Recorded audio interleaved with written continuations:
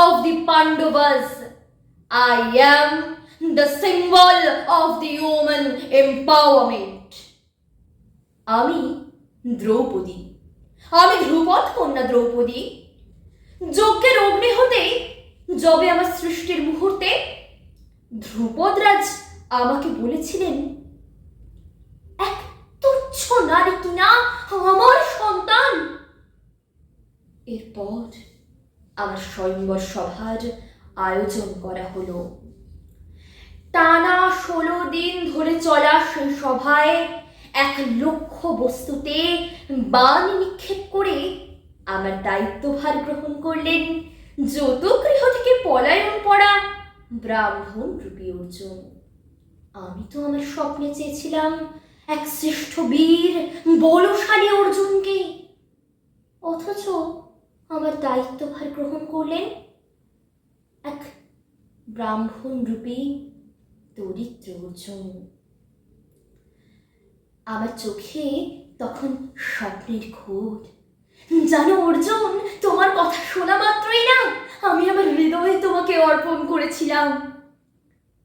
কিন্তু মাতা কুন্তি আদেশ দিলেন চক্ষু না মেলেই, যাও পুত্ররা, যা এনেছ তা নিজেদের মধ্যে ভাগ করে নাও।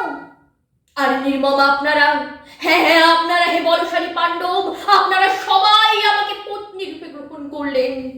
আমি তো আমার হৃদয় দিয়েছিলাম তোমাকে হে অর্জুন, কিন্তু সর্বপ্রথম আমার শরীর ছিল তোমাদেরই জ্যেষ্ঠ ভ্রাতা ধর্মপুত্র যুধিষ্ঠির। এ কোন ধর্মরাজ্য বলো হে, এ কোন ধর্মরাজ্য যেখানে একটি নারীর সঙ্গে শারীরিক বন্ধনে আবদ্ধ হয় 5টি পুরুষ?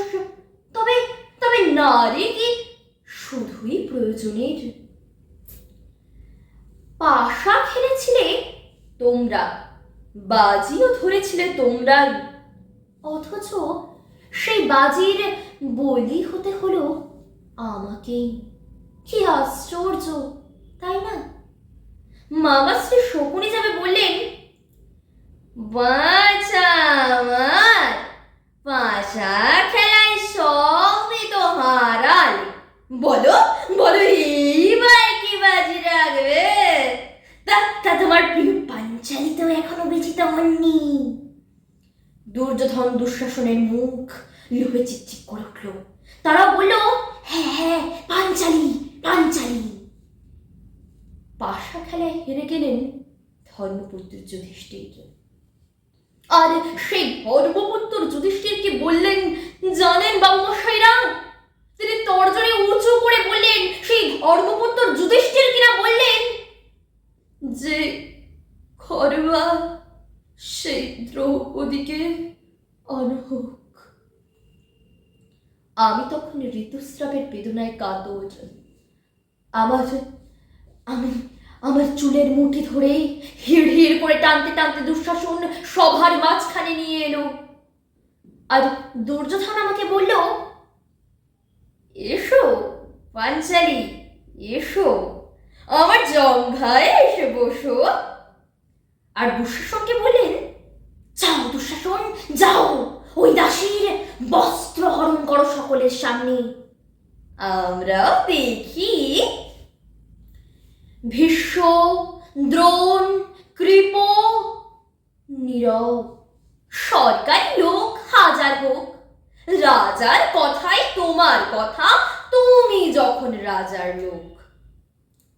আমার সেই রক্তসিক্ত শাড়ির আঁচলে হাত দেওয়ার প্রথম দুঃসাহস দেখালো দুঃশাসন।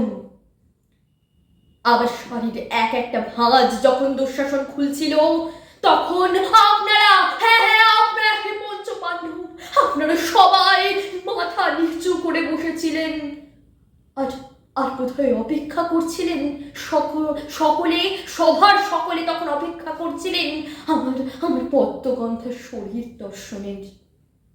কিন্তু জানেন বাবুমশাইরা, সেই চুপসাগরের মাঝে একলা ঢেউ হয়ে দাঁড়িয়েছিল কে? দাঁড়িয়েছিল বালক বিকর্ণ। সে কে? না দুর্যোধন দুঃশাসনের ভাই বিকর্ণ। হ্যাঁ হ্যাঁ বাবু মশাইরা, সেই দুর্যোধন দুঃশাসনের ভাই, 100 ভাইয়ের মধ্যে একজনা সেই ভাই বিকর্ণ। আমার তখনই মনে পড়েছিল আমার প্রিয় সুহৃদকে।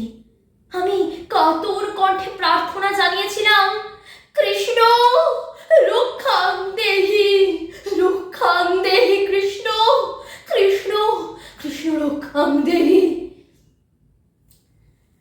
আর তৎক্ষণাৎ অলৌকিক এক আলোতে ঘর ভরে উঠেছিল, আর আমার সারা শরীর ঢেকে গিয়েছিল রং বেরঙের কাপড়ে। আর এক একটা দমকা হাওয়ায় আপনারা সকলে বিবস্ত্র হয়েছিলেন আপনা হতেই। আমি চিৎকার করে বলেছিলাম, আমি পবিত্র, আমি শুদ্ধ, আমাকে কেউ স্পর্শ করো না।